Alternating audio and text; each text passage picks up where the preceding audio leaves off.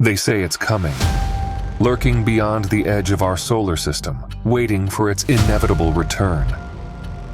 Is it a lost planet, a cosmic time bomb, a celestial force beyond our understanding? Throughout history, Nibiru has been called many things. The hidden planet, the destroyer, the home of the gods, the bringer of chaos. Some believe it is the missing piece of our cosmic puzzle, an unseen world influencing Earth's fate from the shadows of deep space. Scientists dismiss it as pseudoscience. Historians call it a misinterpretation.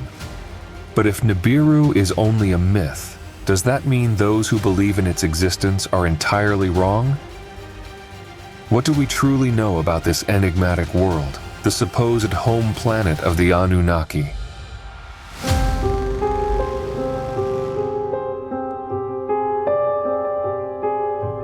For centuries, scholars and astronomers have debated the identity of Marduk, the celestial body referenced in ancient Mesopotamian texts, particularly in the Enuma Elish, the Babylonian epic of creation.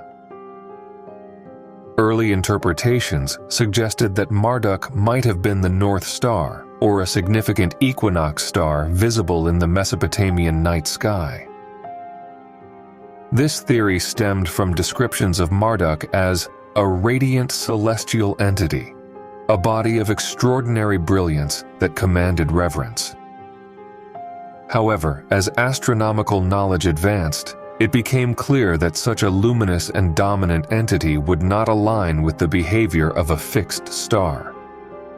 Sitchin argues that Marduk was not a fixed star, but a planetary body, distinct from the Sun despite its luminous descriptions. He explains that ancient texts make a clear distinction between Marduk and other celestial bodies, reinforcing its unique nature as an interloper in the solar system. The debate over which planet represented Marduk continued for years.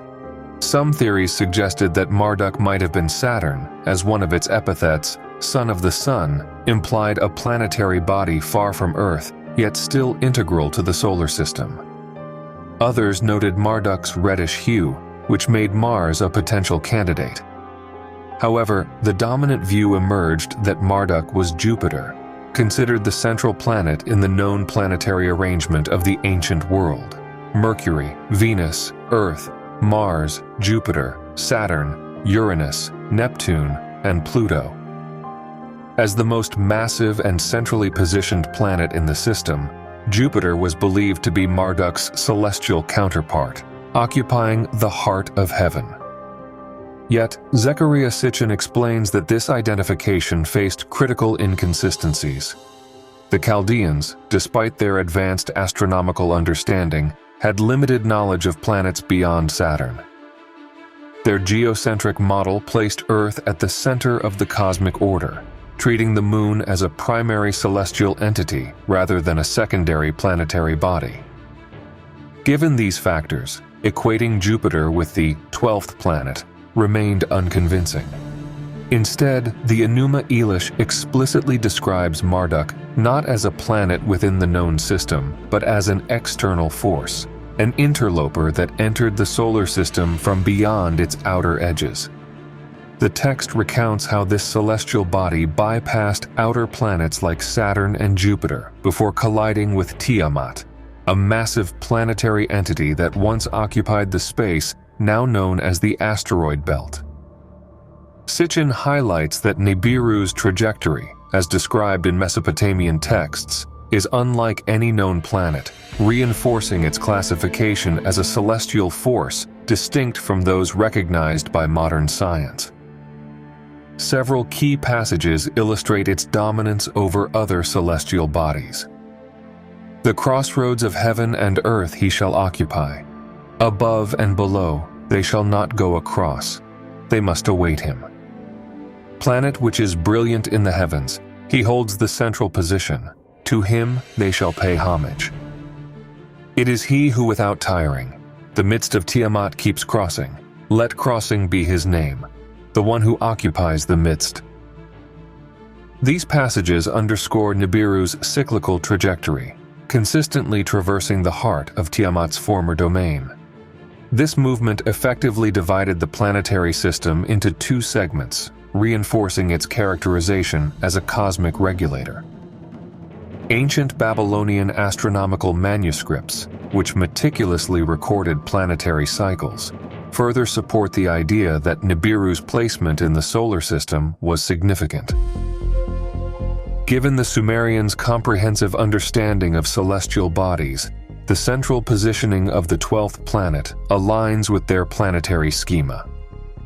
Mercury, Venus, Moon, Earth, Mars, Nibiru, Jupiter, Saturn, Uranus, Neptune, and Pluto.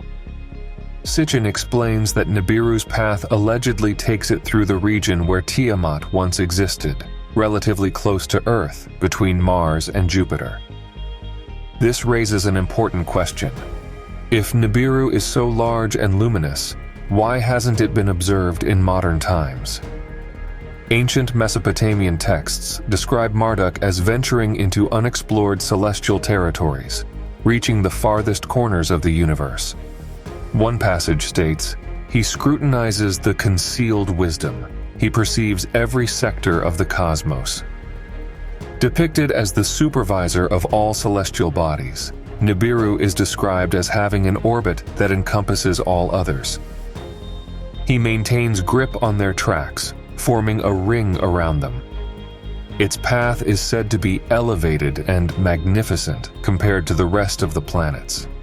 Zecharia Sitchin explains that this description suggests Marduk was a swift celestial entity, tracing a vast elliptical route akin to a comet.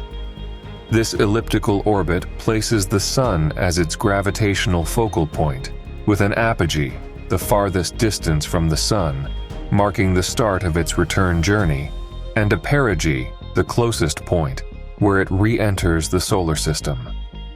The Enuma Elish alludes to these two stations, paralleling them with Sumerian terms Anur, heaven's base, and Enun, lordly abode. The text describes Marduk's journey across the heavens. He crossed the heaven and surveyed the regions. The structure of the deep the Lord then measured. Ishara he established as his outstanding abode.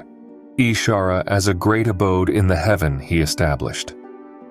This implies that Nibiru has a designated orbit, with one abode located in the vast depths of the cosmos and another positioned within the asteroid belt nestled between Mars and Jupiter.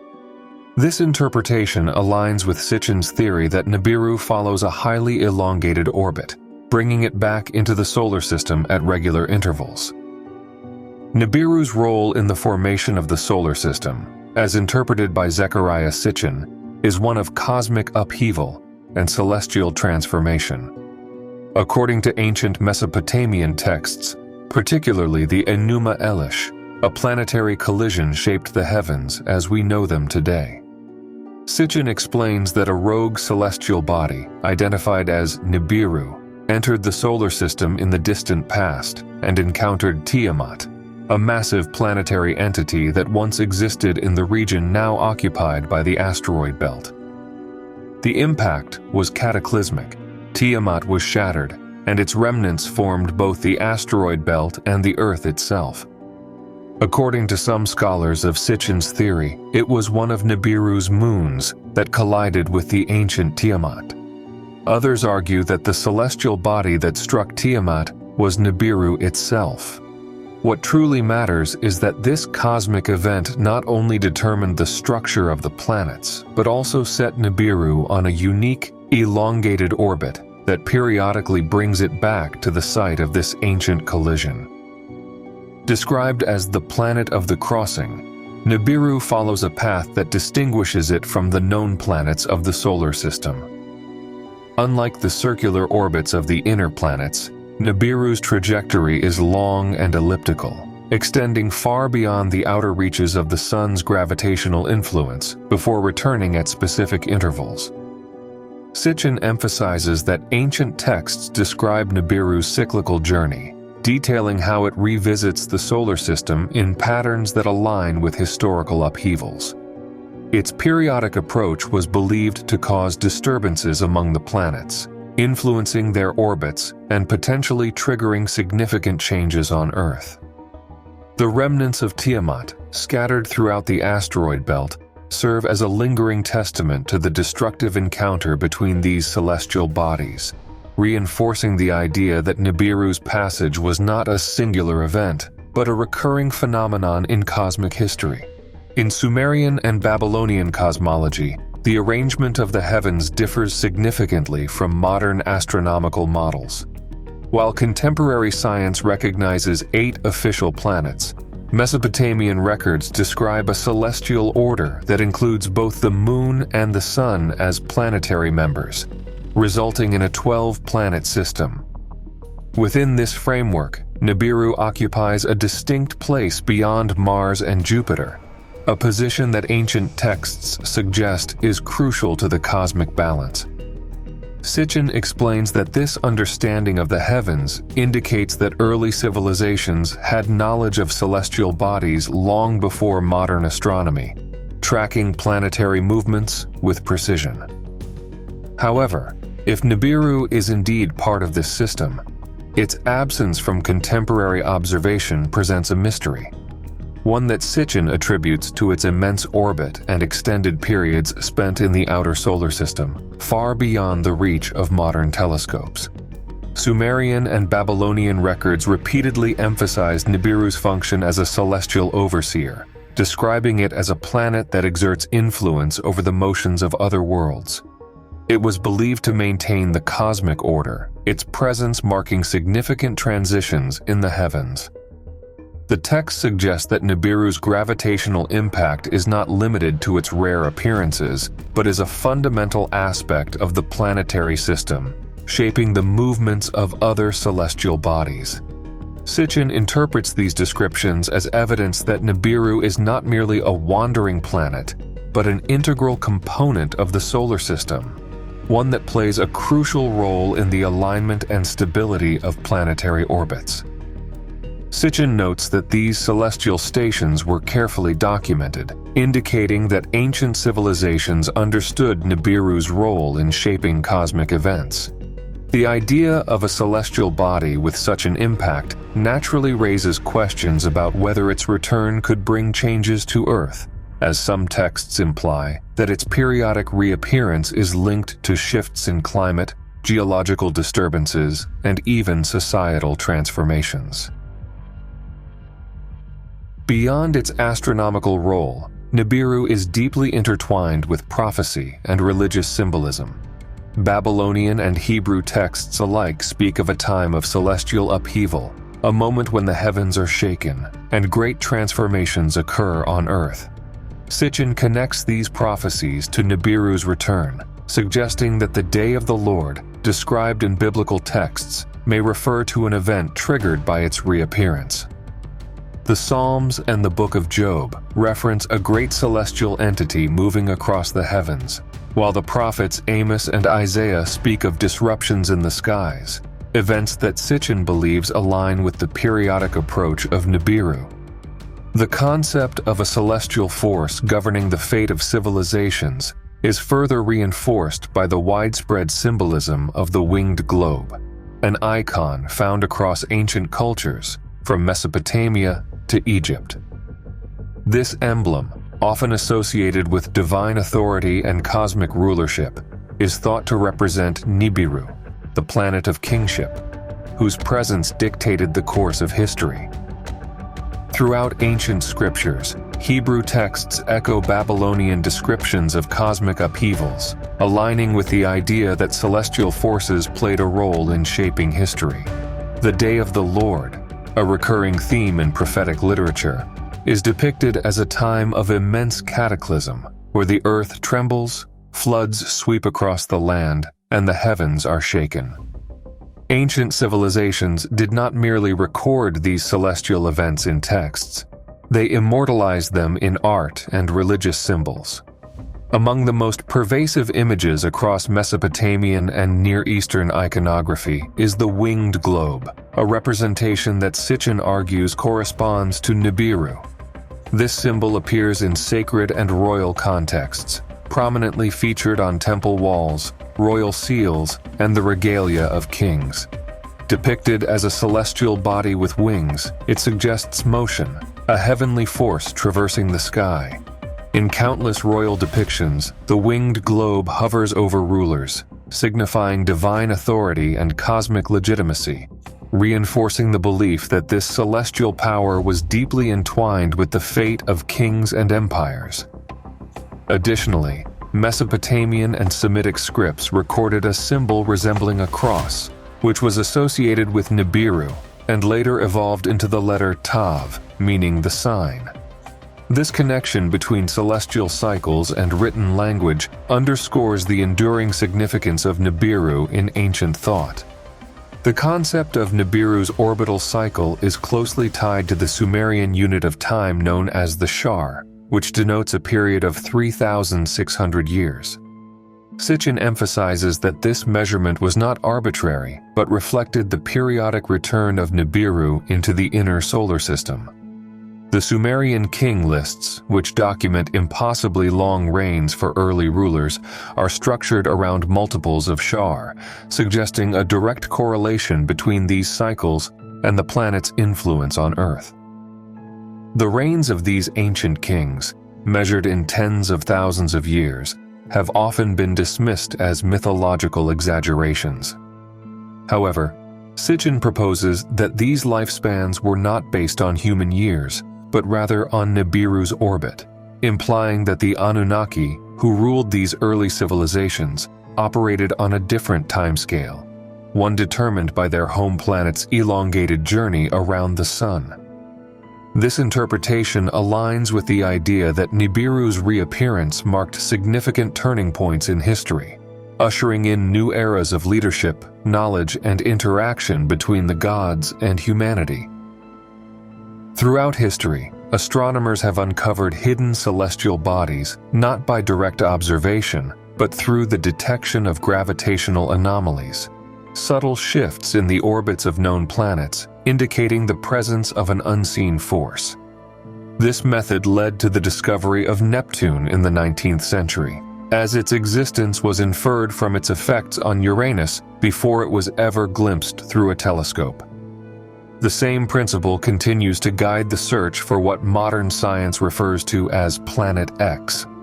Sitchin suggests that Nibiru, if it follows an elongated orbit, may have similarly influenced celestial bodies within the solar system, leaving behind gravitational clues that modern astronomers have yet to fully decode. The idea of an undiscovered planet has fueled scientific inquiry for decades. In 1972, an astronomer hypothesized the existence of a massive, Jupiter-sized planet with an estimated 800-year orbit based on irregularities in the movement of comets, particularly Halley's Comet. This idea mirrors Sitchin's claim that Nibiru follows an elongated path, spending most of its time in the distant reaches of the solar system before periodically drawing closer. The search for such a planet is not without precedent, as astronomers have historically relied on indirect gravitational evidence to discover new celestial bodies. The behavior of comets provides an insightful parallel for how a large planetary body could evade detection. Halley's Comet, despite being well documented today, was once a mysterious celestial visitor whose periodic returns were not immediately recognized. Some comets, such as Kohoutek, have even longer orbital cycles, remaining unseen for thousands of years before reappearing. If Nibiru follows a similarly vast trajectory, spending the majority of its time in deep space, its reappearance would be rare and its movement slow enough to be easily dismissed by modern sky surveys focused on closer, faster-moving objects. Contemporary astronomical techniques prioritize detecting relatively close celestial bodies, such as exoplanets orbiting other stars, making it difficult to track a distant, slow-moving object with a highly elliptical orbit. If Nibiru's path carries it far beyond Pluto for thousands of years, its visibility would be limited to specific moments in history, aligning with ancient accounts of periodic upheavals tied to its return. But if Nibiru exists, could it also harbor life? This question takes the inquiry beyond astronomy and into the realm of extraterrestrial possibilities. Sitchin hypothesizes that Nibiru is not a barren celestial body, but a habitable world, potentially home to the Anunnaki. He draws upon descriptions from ancient Mesopotamian texts that depict the 12th planet as a realm rich in water and life, a stark contrast to the lifeless outer planets of our solar system. In the Epic of Creation, Nibiru is referred to as the planet that maintains life, suggesting that the ancients did not view it merely as a passing celestial force, but as a thriving, life-supporting world. This idea finds an intriguing parallel in modern astrophysics, where discussions of habitable exoplanets include gas giants and icy moons that could sustain life beneath thick atmospheres or deep oceans. Some of Jupiter and Saturn's moons, such as Europa and Enceladus, contain subsurface water and energy sources, leading scientists to speculate that life might exist in environments far removed from the traditional Goldilocks zone. If such conditions can exist on moons within the solar system, could Nibiru, despite its highly eccentric orbit, harbor similar life-sustaining properties? The notion of a planet with a highly variable orbit sustaining intelligent life is no longer inconceivable, as the exploration of exoplanets continues to reveal habitable worlds far beyond the solar system. The question of life on Nibiru extends into the deeper realm of Panspermia, the theory that life on Earth may have originated from space. Sitchin proposes that the cosmic collision between Nibiru and Tiamat not only shaped the solar system, but also played a role in seeding life on Earth. The idea that extraterrestrial forces may have influenced early biological development is not exclusive to alternative history. Scientists such as Francis Crick and Leslie Orgel have proposed similar hypotheses, suggesting that life's building blocks could have arrived on Earth via comets, asteroids, or even directed transmission from an advanced civilization. Ancient Mesopotamian myths, when examined through this lens, describe events that parallel modern theories of planetary bombardment and the spread of organic material across the cosmos. If Nibiru collided with Tiamat, the resulting debris, some of which became Earth, may have carried prebiotic elements or even microbial life from the 12th planet, fundamentally altering the course of evolution. In 1989, Zecharia Sitchin published a brief article entitled "What If?" in Archaeology, a journal of the Archaeological Institute of America. In this article, Sitchin defended his research and interpretations against mainstream skepticism, particularly addressing how his works were categorized alongside fringe theories such as Bigfoot or lost continents like Mu. He emphasized that his conclusions about Nibiru and the Anunnaki were not speculative fantasy, but rather grounded in ancient texts, linguistic studies, and archaeological discoveries. Sitchin reiterated his argument that the Sumerians were aware of an additional planet in the solar system, which they called Nibiru, or Marduk in Babylonian tradition. According to him, this celestial body was home to the Anunnaki, and these beings had visited Earth approximately 450,000 years ago. He pointed out that the evidence supporting his claims was not mere conjecture, but came directly from the deciphered cylinder seals and cuneiform tablets found by archaeologists. These ancient records, he argued, described the existence of planets beyond those visible to the naked eye, Uranus, Neptune, and Pluto, long before modern astronomers discovered them in 1781, 1846, and 1930, respectively. A key theme of Sitchin's "What If" article was his challenge to the academic establishment's dismissal of ancient knowledge as myth rather than history.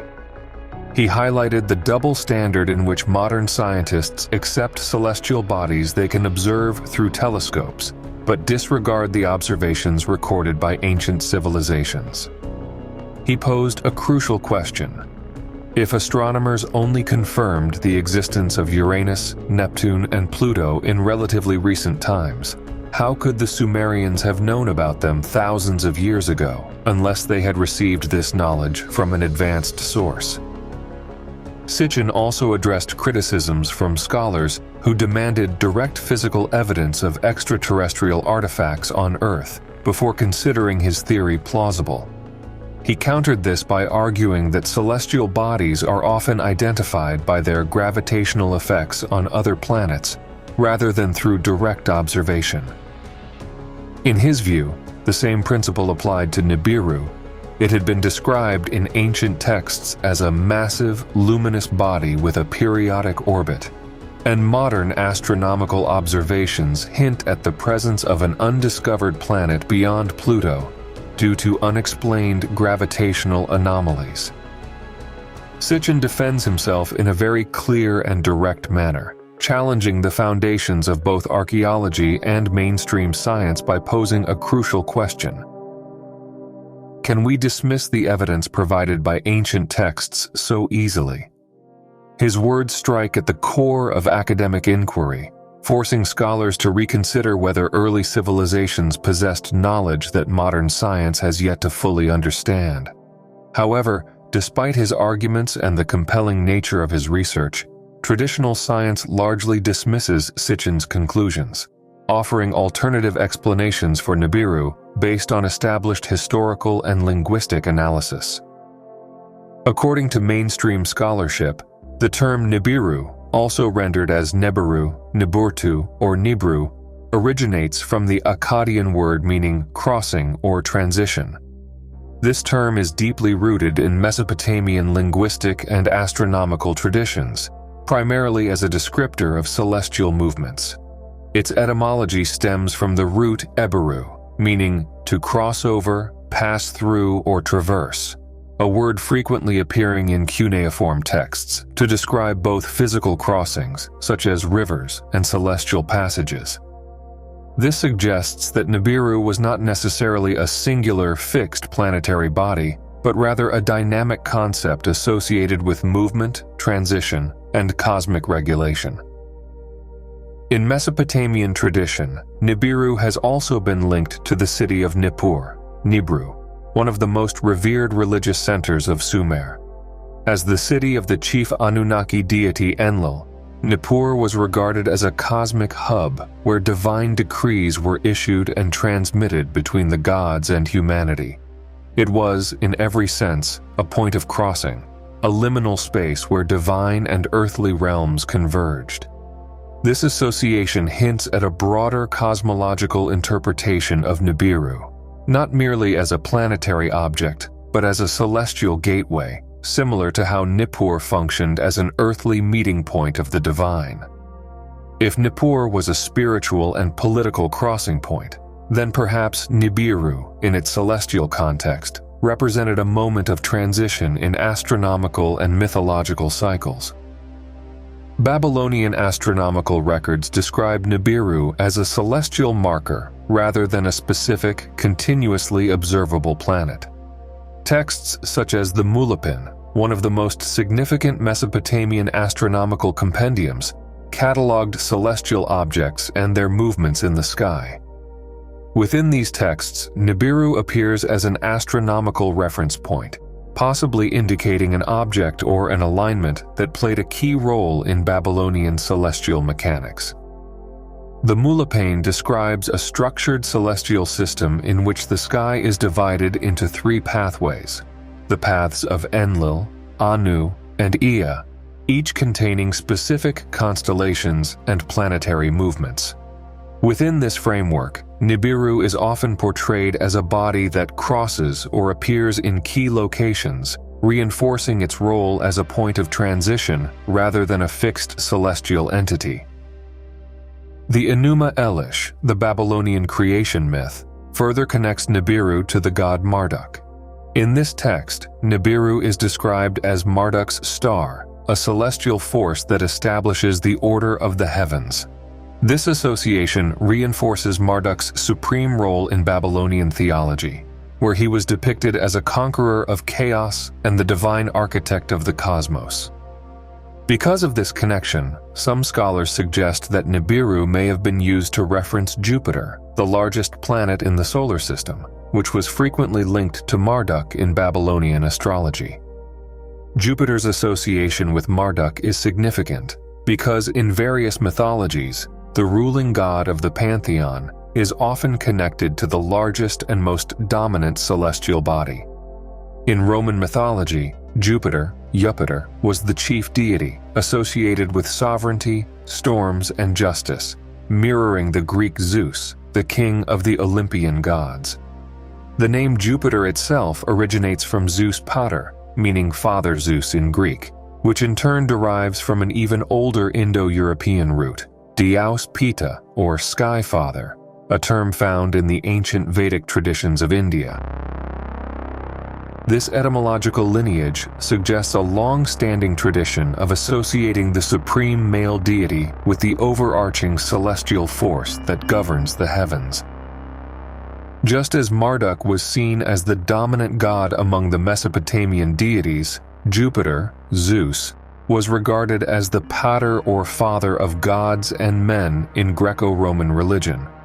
Similarly, the principal female deity was associated with Venus, Aphrodite in Greek mythology, and Venus in Roman tradition, representing love, fertility, and beauty.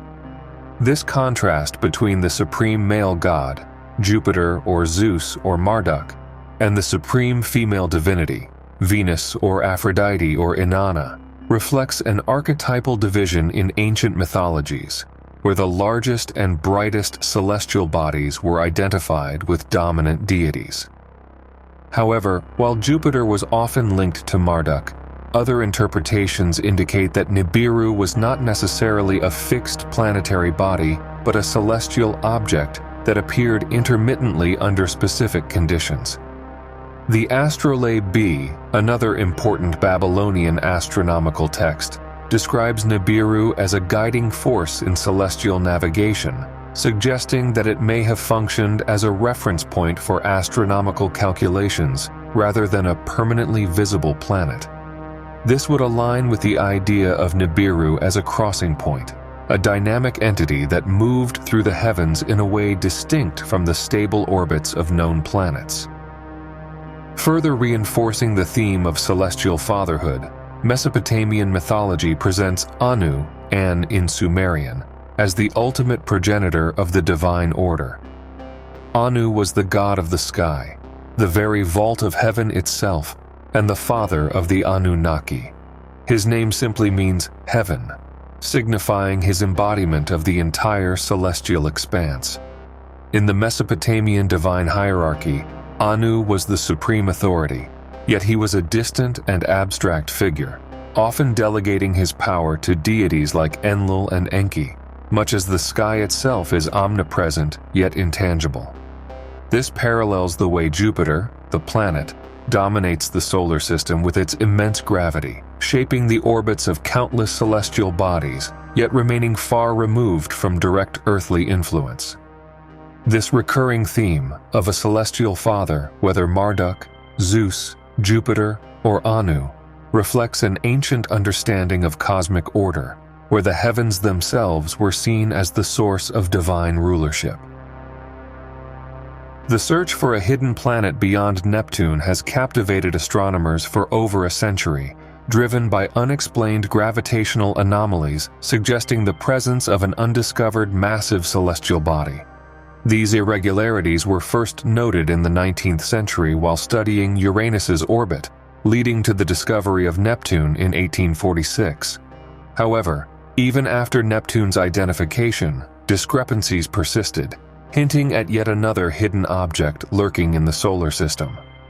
Pluto's discovery in 1930 was initially thought to solve this mystery, but its small mass was insufficient to explain the observed disturbances, reigniting the search for an elusive planetary body, referred to as Planet X.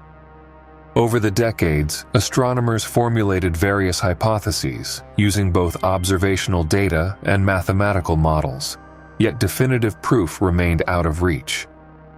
In recent years, studies of trans-Neptunian objects suggest an unseen gravitational force shaping their orbits, fueling speculation about a large undiscovered planet in the solar system's outer regions. Detecting this planet remains a challenge due to its extreme distance and faint brightness. Estimates suggest its apparent magnitude could range between 19.9 and 22.7, making it nearly impossible to detect with conventional telescopes. Its albedo, how much light it reflects, remains unknown, further complicating direct observation. Its small angular diameter at such a vast distance would require kilometer-scale interferometry for precise measurement, which exceeds current technological capabilities. Astronomers have proposed alternative methods for confirming Planet 9's presence, including stellar occultations and gravitational microlensing. If the planet were to pass in front of a distant star, it could momentarily block its light, revealing crucial details about its size and shape. Similarly, gravitational microlensing, where a massive object bends the light from a background star, could provide indirect confirmation of its existence.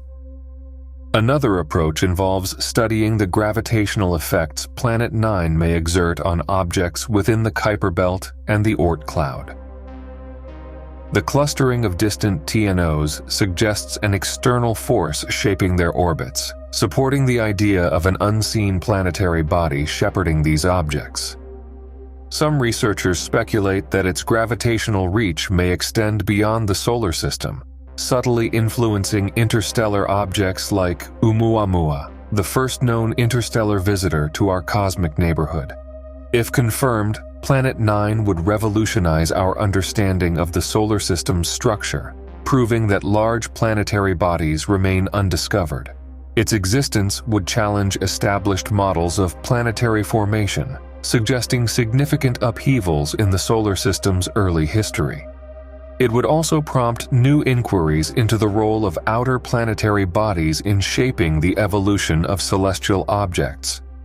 Another intriguing hypothesis, the Nemesis hypothesis, suggests that our Sun may have an unseen companion, possibly a brown dwarf with an elongated orbit. Some researchers propose that this dark twin periodically disturbs the Oort cloud, sending comets into the inner solar system. This theory has been considered as a potential explanation for Earth's mass extinctions, such as the event that led to the demise of the dinosaurs. Some paleontologists have observed a pattern of extinction events occurring at regular intervals, raising speculation about an external cosmic trigger. If such a periodic celestial force exists, it could mean Earth has been subjected to repeated cycles of destruction and renewal, mirroring ancient myths and esoteric traditions describing global catastrophes. Though no conclusive evidence for Nemesis has been found, infrared sky surveys like NASA's WISE, Wide Field Infrared Survey Explorer, have not ruled out the possibility of a distant planetary body or a low-mass star lurking at the solar system's edge. If either Planet 9 or Nemesis were discovered, it would challenge conventional models of planetary formation and celestial mechanics while raising questions about the possibility of periodic cosmic disruptions. Throughout history, civilizations across the world have documented accounts of a mysterious celestial force, an enigmatic body that appears in the sky, bringing chaos and destruction before vanishing once more. Some researchers propose that these descriptions could be linked to Nibiru, a rogue planet, a recurring astronomical event, or even a symbolic representation of cosmic cycles of devastation and renewal. The persistence of these stories suggests that ancient societies may have witnessed dramatic celestial phenomena and recorded them through the lens of myth, prophecy, and religious doctrine. In ancient Egyptian texts, references to a red celestial body known as the Destroyer depict it as an ominous force of upheaval. This entity was believed to bring fire, earthquakes, and plagues, triggering widespread devastation before disappearing from view. Egyptian accounts describe how the heavens would be set ablaze, the land would tremble, and waters would turn to blood, imagery that mirrors descriptions of catastrophic cosmic events. Some scholars speculate that the destroyer could have been a large comet, an asteroid impact, or a planetary disturbance, possibly a celestial body passing close enough to Earth to cause gravitational and atmospheric disruptions. Alternatively, these accounts may reflect a cosmic alignment or a cyclical astronomical event, misinterpreted as an omen of divine wrath. The Bible also contains references to a cataclysmic celestial event, particularly in the book of Revelation, which describes wormwood, a blazing star that falls from the sky, poisoning a third of the Earth's waters and bringing suffering upon humanity. The vivid depiction of a fiery object descending from the heavens has led some to theorize that this passage could be describing an ancient or future comet impact, a planetary body approaching Earth, or a cosmic anomaly affecting the planet's atmosphere. The concept of wormwood shares similarities with the Egyptian destroyer, reinforcing the idea that ancient civilizations may have witnessed and recorded significant celestial disturbances that later became entwined with religious prophecy. Beyond mainstream religious texts, another compelling source is the Kolbrin Bible, an esoteric text that details catastrophic encounters with a recurring rogue celestial object. According to its records, this entity, often referred to as the Destroyer, has reappeared throughout history, bringing destruction in its wake. The text speaks of massive floods, firestorms, and widespread chaos linked to the celestial visitor. Some theorists believe that these descriptions align with planetary disruptions, cosmic cycles, or even the hypothesized orbit of Nibiru, suggesting that if such a body exists, it may periodically pass through the inner solar system, causing significant upheaval before disappearing once again into the depths of space. The possibility of Nibiru's return has long been a subject of speculation, debate, and apocalyptic predictions, captivating the imagination of those who believe in hidden cosmic influences shaping Earth's history. If a massive rogue planet were to enter the inner solar system, the potential consequences could be catastrophic. The gravitational force of such a celestial body could trigger a chain reaction of seismic and geological upheavals, including powerful earthquakes, volcanic eruptions, and mega tsunamis. These disturbances would occur due to the immense tidal forces exerted on Earth's crust, similar to the way the Moon influences oceanic tides, but on a vastly larger and more destructive scale.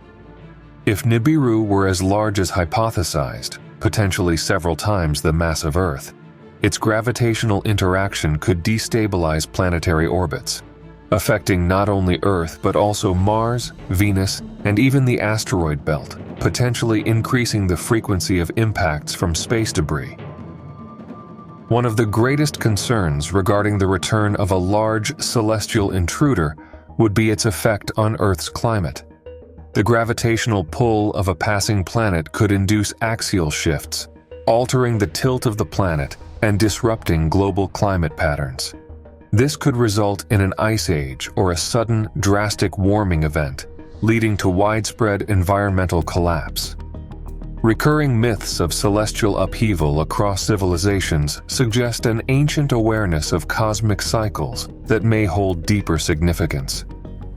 Beyond gravitational disruptions, another significant threat would be the impact on Earth's magnetic field.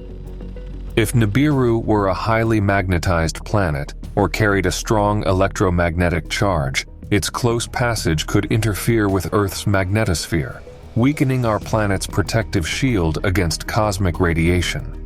This could lead to extreme geomagnetic storms, causing widespread power grid failures, technological malfunctions, and the disruption of global communications, including satellites and navigation systems. Some theorists even speculate that such an event could trigger a pole shift, an occurrence where Earth's magnetic poles reverse, an event believed to have happened multiple times in geological history. While mainstream astronomy dismisses Nibiru's proposed orbit, the search for unknown celestial bodies continues, with new theories emerging about undiscovered planets beyond Neptune.